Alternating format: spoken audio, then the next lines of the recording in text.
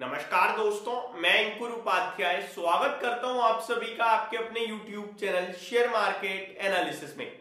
यहां आप सभी के साथ वो सारी खबरें शेयर करने वाला हूं जिनके दम पर कल बड़ा एक्शन होने वाला है।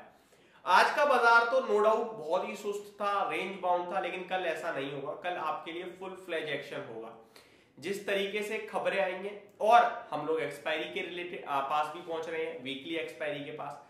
तो सबसे पहले शुरुआत करना चाहूंगा एफआईआईडीआईज के डेटा के साथ, देन हम अमेरिका के बाजार को कवर करेंगे, then global markets, then GIFT Nifty क्या कह रहा है, आज की दो बड़ी खबरें और बाकी की बची हुई खबरें, प्लस कल निफ्टी पे क्या लेवल्स आपको देखने को मिल सकते हैं, ये सारे छोटे छोटे रूप में कवर करने की कोशिश करते हैं। तो अगर मैं एफआईआईडीआईज का डेटा बताऊं तो एफआईआईज पर्टिकुलरली 13,489 करोड़ की बाइंग करके गए हैं, जिसके सामने 14,053 करोड़ की सेलिंग कर दी है। तो नेट फिगर आता है 564 करोड़ का सेलिंग का फिगर एफआईआईज की तरफ से। तो आज आप कह सकते हैं एफआईआईज 564 करोड़ की सेलिंग करते हुए दिखे हैं। डीआईआईज की पर्टिकुलरली बात करूं तो 11,963 करोड़ की इन्होंने बाइंग करी, जिसके सामने 8,420 करोड़ की सेलिंग कर दी। नेट फिगर आता है 3,542 करोड़ रुपीस की बाइंग का। तो डीआईआई 3,500 करोड़ से भी बड़ी की खरीदारी करके गए हैं आज। तो ये डेटा बहुत ही ज्यादा तगड़ा दिख रहा है डीआईआई की बाइंग का। अगला टॉपिक है अपना अमेरिका का बाजार कैसा ट्रेड कर रहा है। तो अमेरिका के मार्केट्स में आपको हल्की लाल निशान में हल्की सी सुस्ती देखने को मिलेगी मार्केट्स में। स्पेशली डाउ जोन्स की बात करूं तो 100 पॉइंट्स नीचे है, नेस्डैक इंडेक्स 40 पॉइंट्स नीचे है, S&P 500 बिल्कुल फ्लैट है, रसल 2000 आधे % की तेजी में है। तो अमेरिका का बाजार हल्का सुस्त है, आप यही कह सकते हैं, जैसे अपना भारतीय बाजार था आज। यूरोपियन मार्केट्स की बात करूं तो फिट्सी में आधे % से ज्यादा की गिरावट है, डेक्स फ्लैट टू नेगेटिव है और कैग भी फ्लैट टू पॉजिटिव ट्रेड कर रहा है। एशिया पैसिफिक तेजी बनी हुई है, जहां पे निकाई आधे % ऊपर है, तो शंघाई में भी आधे % की तेजी देखने को मिल रही है। हैंग सेंग फ्लैट है। खबरों के दम पर बात करूं तो आज मूडीज की तरफ से भारत के जीडीपी के अनुमान को बढ़ा दिया है उन्होंने, करंट वित्त वर्ष के लिए, जो खत्म ही हो जाएगा इस महीने। साथ ही साथ अब मैं स्टॉक स्पेसिफिक हूं, उससे पहले गिफ्ट निफ्टी का अपडेट। तो गिफ्ट निफ्टी एक बार फिर 22,500 के ऊपर ट्रेड करता हुआ दिख रहा है आप सभी को। अब आ जाता हूं दो बड़ी खबरों पे। तो पहली बड़ी खबर आपके लिए आते हुए दिख रही है टाटा मोटर्स की तरफ से, जहां पे कंपनी ने डीमर्जर अनाउंस कर दिया है। डीमर्जर अनाउंस करा है अपने कारोबार का। देखिए टाटा मोटर्स जो है वो अभी इंक्लूड करता है कमर्शियल व्हीकल्स जिसे हम सीवी कहते हैं, पैसेंजर व्हीकल्स जिसे हम पीवी कहते हैं, EV electric vehicles, and lastly JLR यानी जैगुआर एंड लैंड रोवर।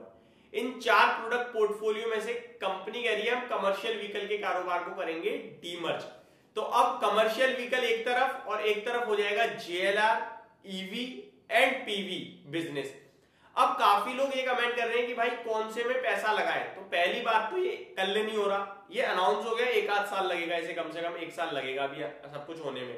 कल स्टॉक किधर जाएगा? ऊपर।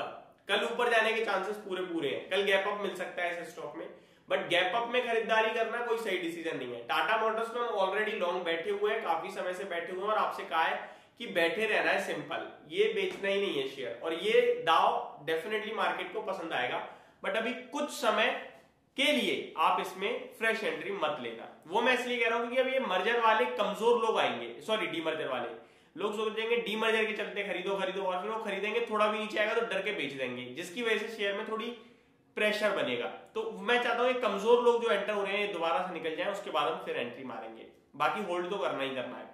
दूसरा स्टॉक है आईआईएफएल फाइनेंस, जिसपे आरबीआई ने गोल्ड लोन के डिसबर्समेंट पे इमीडिएट इफेक्ट के साथ रोक लगाने को कह दिया है।